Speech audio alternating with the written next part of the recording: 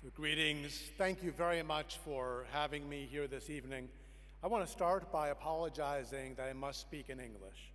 I missed my chance to live and work in Germany. In the early 1980s, when the Wall Street Journal was deciding where to base the new European edition of the Wall Street Journal, many of us thought London would make good sense. But our owners thought maybe that's too Anglo a newspaper. Then we thought, what about Frankfurt? It's a world financial capital. The owners said, too Anglo-German. So we settled on Brussels. We knew nobody would ever accuse us of being too Belgian a newspaper. So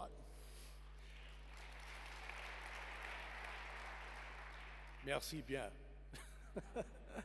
I was asked tonight to speak on the very simple questions of journalism. The first one was, is journalism dead? What is the relationship between online and offline? How does mobile change journalism? What is the role of social media? What business models work for publishing companies? And I was told I had to cover all of these topics in 20 minutes. So let's see what I can do. I thought I would share 3 pieces of wisdom with you that I came across over the years that have helped me deal with the changes in the media industry that have transformed the industry, at least in the United States. From these 3, I will dare to make 3 predictions.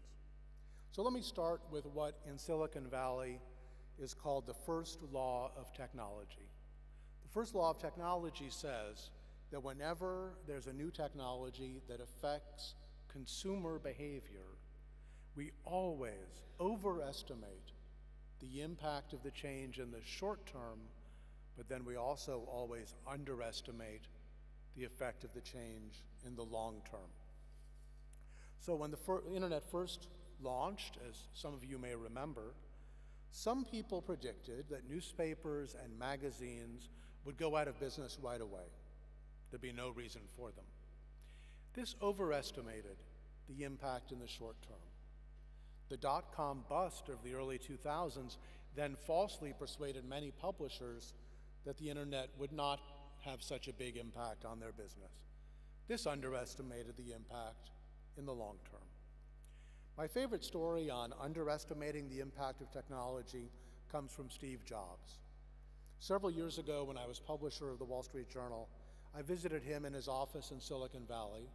My job was to try to persuade him to advertise Apple products in the print Wall Street Journal, just as he had done in the digital products. He said that he only had one objection to advertising in the print Wall Street Journal. I got my hopes up until he told me what the objection was. His objection, he said, was he could not trust the beauty of the Apple logo to newsprint. Glossy magazines were okay, but not newsprint. I quickly said if I launched a glossy magazine called Wall Street Journal, would he advertise in it? He said yes. That was great. But then we talked about the future of newspapers. This conversation was in the year 2006, and Steve Jobs predicted that newspapers would be out of business within 5 years. I argued with him a little bit, as much as you can do on an advertising sales call. And I managed to get him up to 10 years. Unfortunately, that was 10 years ago. So I think at the very least 2016, if Steve Jobs was right, will be another tough year for print media. Steve Jobs explained to me in a way that made a big impression his personal relationship with print newspapers. He told me a story. He said, I have a dog. I have a dog, he said. I like to take my dog to the park.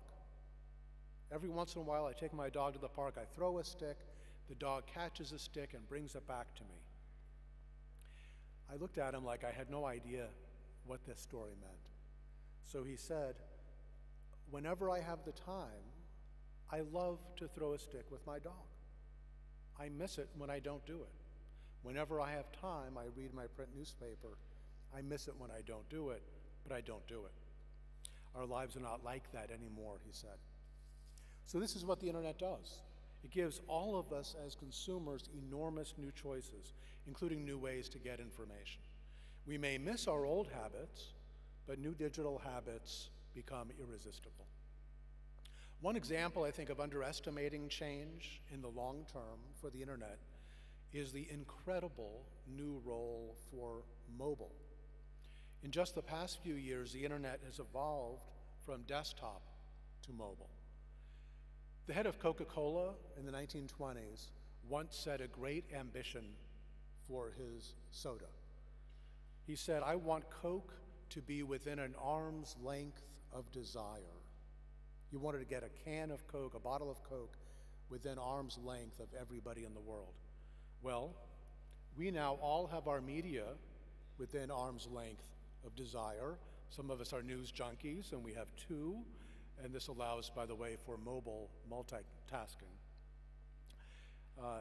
Mobile is going to make an enormous difference on how people consume information. According to research by Business Insider, now owned by Axel Springer, in 2000, only about 3% of media consumption was digital. It's now about 40%. It's going to go to 80% as traditional television becomes increasingly digital. Millennials check their phones on average every 10 minutes. About 90% of millennials say their smartphones never leave their side, day or night. 80% of them say the first thing they do in the morning is reach for their smartphones. And I don't think it's only millennials who behave that way. So is journalism dead? No, journalism is alive and well. It has distribution opportunities that never existed in the analog era of print newspapers and magazines and traditional broadcasting. Everyone can be a journalist or a blogger or at least post on Facebook and Twitter. Getting paid for the journalism, now that's the problem. People are losing the habit of daily print newspapers. A daily newspaper that still focuses primarily on what happened yesterday has got a big problem, which is that increasingly people know what happened yesterday. They learned online, they learned in real time. In the United States, the average age of a print newspaper subscriber is aging about 1 year per year. You don't have to be a mathematical genius to understand that's not a sustainable trend. So the print format is one issue. Most publishers, of course, are focused on providing excellent digital products, and almost all have many more readers digitally than they ever did in print. But the revenue model to support traditional journalism, whether in print, broadcasting, or digitally, is also under great threat, which leads to my second lesson that I've learned over the years.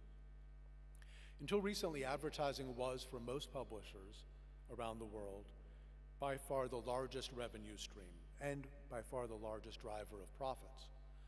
Revenues from readers tended to be much smaller. But the advertising and marketing industry that many of us grew up in is undergoing such change that that is no longer the case. And the wisdom that I want to quote is actually from a century ago. The quote is this: "I know that half the money I spend on advertising is wasted. My only problem is I don't know which half." In the United States, this quote is attributed to a man named John Wanamaker, who built the first department stores in the US in the late 1800s. In England, the same quote is attributed to William Lever of Unilever. Some historians actually credit this to the car maker Henry Ford, to the retailer J.C. Penney, the gum maker William Wrigley. Maybe it was actually a German entrepreneur who said it. But in any case, what does it mean that marketers did not know which half of their advertising was wasted? What it means is that for more than a century, there was great inefficiency in advertising spending. The internet makes advertising spending so much more efficient. It gives marketers more information about their target audience, their prospects, so many more options to reach them. And life as a publisher, I have to say, was a lot easier before the internet. I'll give you an example from the mid-1990s. I was based in Hong Kong. I was the editor and publisher of a magazine called the Far Eastern Economic Review. And I was quite frustrated because in Asia, BMW was not advertising in the Far Eastern Economic Review. It was advertising in my competitor, which was called Asia Week. It was owned by Time magazine. I called the head of marketing for BMW in Asia, and I said I wanted 2 minutes of his time. I promised only 2 minutes. He said fine, so I went